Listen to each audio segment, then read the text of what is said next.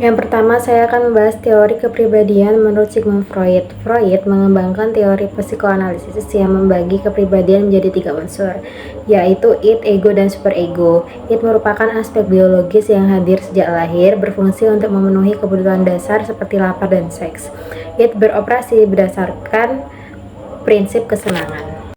Kemudian ada ego, yaitu unsur yang muncul setelah id, berfungsi sebagai penengah antara id dan superego. Ego bekerja berdasarkan prinsip realitas, mencari realitas untuk memenuhi kebutuhan id. Kemudian ada superego, yaitu bagian yang menginternalisasi norma sosial dan moral yang berfungsi untuk menilai tindakan dan mengontrol impulsi. Kemudian ada faktor-faktor yang mempengaruhi kepribadian menurut Sigmund Freud. Yang pertama yaitu insting, dorongan biologis yang mempengaruhi perilaku. Kemudian ada pengalaman masa kecil, trauma atau pengalaman awal dalam membentuk kepribadian. Terus ada konflik internal, yaitu ketegangan antara id, ego, dan superego yang mempengaruhi perilaku seseorang.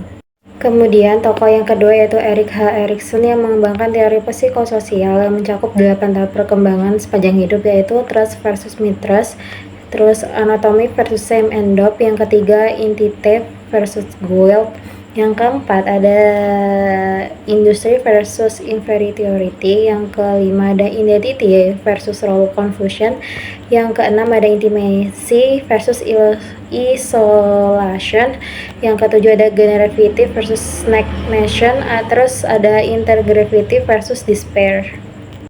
Kemudian faktor-faktor yang kepribadian menurut Erikson yaitu interaksi sosial, yaitu hubungan dengan orang lain yang sangat mempengaruhi perkembangan identitas.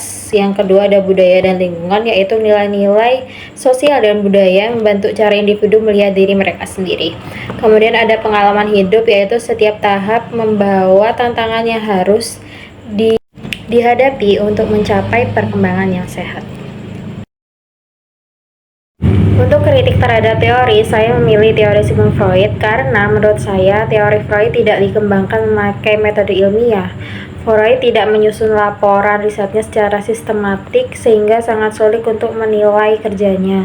Terus tanpa definisi operasional dan tanpa eksperimen dengan kelompok kontrol, tanpa pengukuran kuantitatif, dan tanpa bukti saling hubungan antar gejala dan nilai prediktif, teori Freud meragukan. Kemudian saya setuju dengan teori Erik H. Erikson karena beberapa alasan. Yang pertama, pendekatan psikososial. Erikson menekankan interaksi sosial dan budaya dalam perkembangan kepribadian. Terus optimisme. Teori Erikson menggambarkan manusia sebagai makhluk yang optimis dan adaptif. Kemudian pengujian empiris. Teori Erikson lebih mudah diuji melalui observasi langsung terhadap perkembangan anak, memberikan dasar yang lebih kuat untuk aplikasi praktisnya. Kemudian perbandingan perspektif teori psikologi kepribadian menurut Sigmund Freud, Carl Gustav Jung, Alfred Adler, Erik H. Erikson, dan Henry Murray. Yang pertama yaitu Sigmund Freud yang menggunakan pendekatan psikoanalisis yang menekankan pada pengaruh ketidaksadaran dan konflik internal dalam perkembangan kepribadian. Freud mengusulkan 5 tahap perkembangan psikoseksual, yaitu oral, anal, falik, laten, dan genital, yang mempengaruhi kepribadian individu. Yang kedua ada Carl Gustav Jung.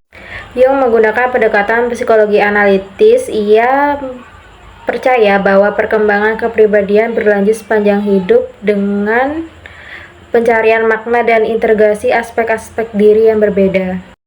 Kemudian ada Alfred Adler, yaitu pendekatan psikologi individual, memperkenalkan ide tentang social interest atau minat sosial sebagai inti kesehatan mental.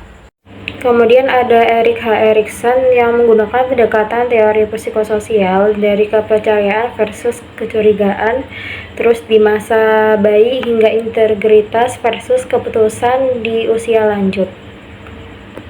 Kemudian ada Henry Murray yang menggunakan pendekatan teori kebutuhan, yaitu menekankan interaksi antara kebutuhan individu dan lingkungan sosial dalam membentuk individu tersebut.